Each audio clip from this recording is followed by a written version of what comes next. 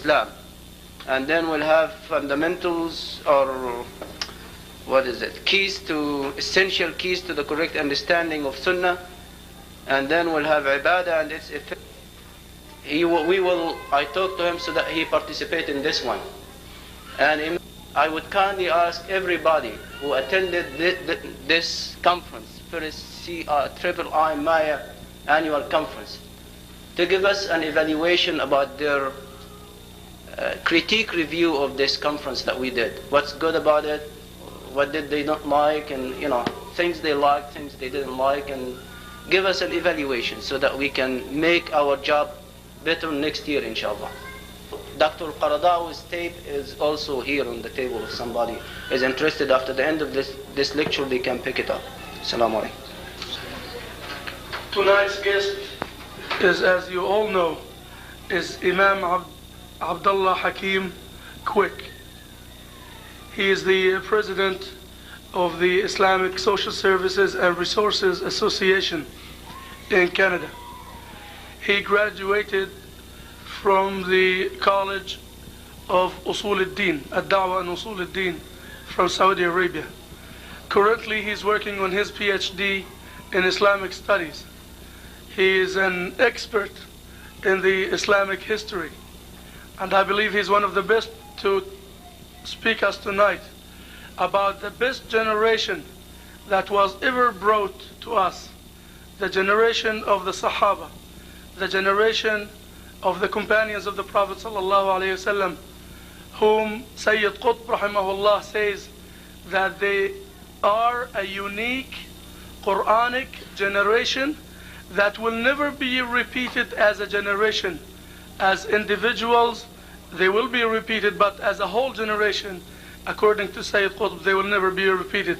So I'll leave the floor to Imam Abdullah to tell us about that unique generation. The great movements of Islam have taken us to another stage. But at this point in time, the movements are in need of balance, to be balanced. And many of the movement leaders are understanding this. And I have great respect for all of the brothers and sisters involved in these movements, because it takes something special for a Muslim in these times to commit himself or herself to the higher cause. Some movements are involved in the study of Aqidah. So they tell you, brother or sister, you have to correct your Aqidah. You must have the proper understanding of your faith. You must know exactly who is Allah. You must not commit shirk. And they focus on that, and it appears that most of their lectures, or 80% of what they are saying and doing, is surrounding this Aqidah. Other Muslim groups focus on Islah al-Muslimin. They go in the path, and they go from masjid to masjid, and they try to bring the light of Islam into the hearts of the Muslims. They start with the basic parts of Islam, trying to bring that spirit of Islam back in. But they focus their efforts mainly on that. And when you try to go into things about hadith or Quran or Islamic knowledge, they do not have the capability, or it is not part of the program to be dealing with that. Other groups focus upon tarbiyah, upon Islamic education, and upon khilafah, that there should be a political leader of the Muslim world. That we should form ourselves into tiny cells, and we should educate ourselves and our children, and we should move toward Islamic State.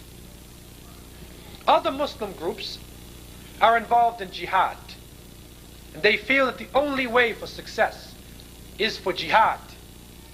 So that unless we are all in jihad or preparing or going into jihad, then we are not really doing the message of Islam. I appeal to myself and to the movement leaders today that the example of the Prophet ﷺ and his companions included all of these things. It included the character, the love of Muslims, purification of the heart, the spiritual aspects of Islam. And then it moved into the knowledge area. It went out into the society and to the social problems.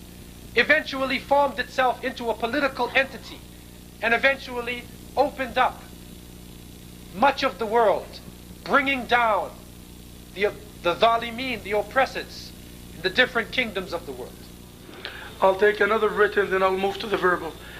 Can you please comment or suggest how Muslims should behave today towards leaders of their countries when these leaders are not acting or behaving or ruling according to Islam? Thank you. Okay, this is a highly political question brothers are asking, and I don't claim to be the best scholar in the political aspects of Islam, but I think that we have to have a great wisdom today. We have to use hikmah, putting things in the proper perspective. And I know with the youth and many of the groups there's a great enthusiasm. But I can remember in my own personal development and watching different movements in the Muslim world, there is a Marxist-Leninist concept, which is you have an overthrow of the government. You make a coup d'etat.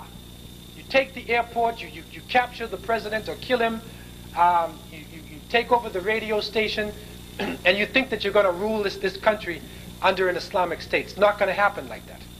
The Islamic movement, there was Mecca before Medina. And many people want to go to Medina before they deal with Mecca. And so we need to, I think you'll find Sayyid Qutb and Abu al-A'la, al-Mawdudi, and many people speaking of the fact that there is a need for tarbiyah, for education, for the masses of the people to be educated in Islam, to spread the knowledge of Islam. Once the masses have a basic understanding of Islam, then when the time comes, then they know what you're doing. Otherwise, you get caught. You take over the radio station and everybody's against you. They say this is a mad fanatic, and then CNN says the fundamentalists have just taken over this country and you're isolated. So the Islamic way is Mecca before Medina. That we should work on this, spread the Islamic education, and then wait for the proper time with hikmah, with wisdom, when the other aspects would come in. But to try to make a coup d'etat, or to use the masses, push the masses out, let them get killed, and then take over, that is a Marxist-Leninist theory. That has nothing to do with Islam. Do you recommend getting involved in all of these movements? And where can we get the proper education, which would not emphasize maybe one more than the other, or maybe one disproportionate to what maybe should be striving for? Well, I think that movement is a very important thing. And I think that there's nothing wrong, especially if it's in your locality, if there's a particular movement, to be involved with a movement. But the only problem I have is when the movement becomes all-inclusive. When they start looking at ourselves that we are doing the work of the Sahaba. We are the true Muslims. Everybody else are hypocrites. They're all fusaq. They're all disobedient people. That's the problem. So there's nothing wrong with the movement. But the borders of the person should be wide enough to benefit from other people who are involved in other movements, because we're all Muslims. And we're all taking from the same sources.